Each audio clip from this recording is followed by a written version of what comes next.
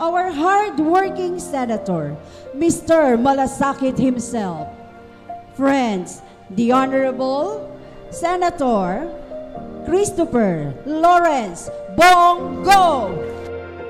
Isa lang po ang may papayo ko sa ating mga kabataan. Mag-aral kayo ng mabuti.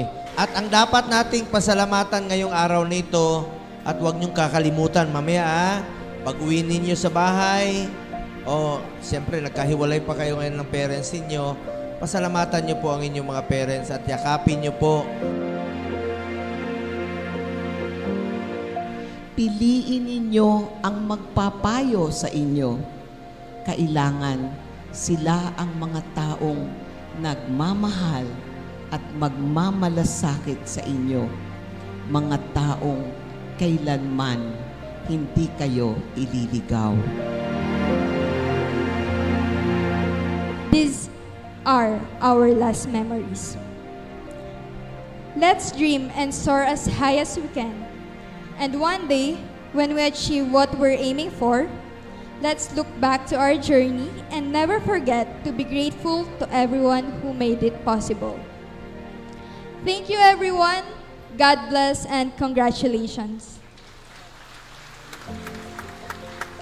Masaya ako para sa inyo at para sa magulang ninyo ngayong graduation rites nyo.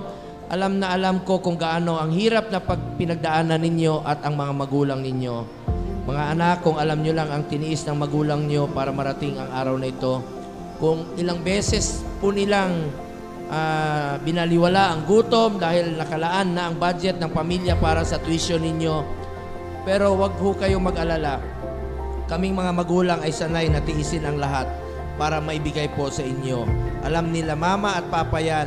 Basta parents, trabaho lang tayo ng trabaho, sige lang ng sige. Sa salita nga ng generation ninyo, go lang tayo ng go.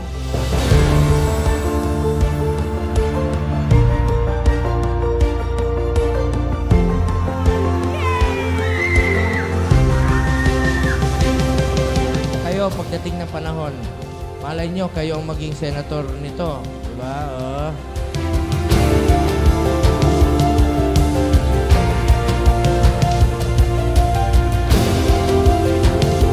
Pasalamatan rin natin ang ating mga teachers na nagtiis sa inyo, nagsakripisyo sa inyo lahat. Palakpakan naman natin ang ating mga teachers, principals.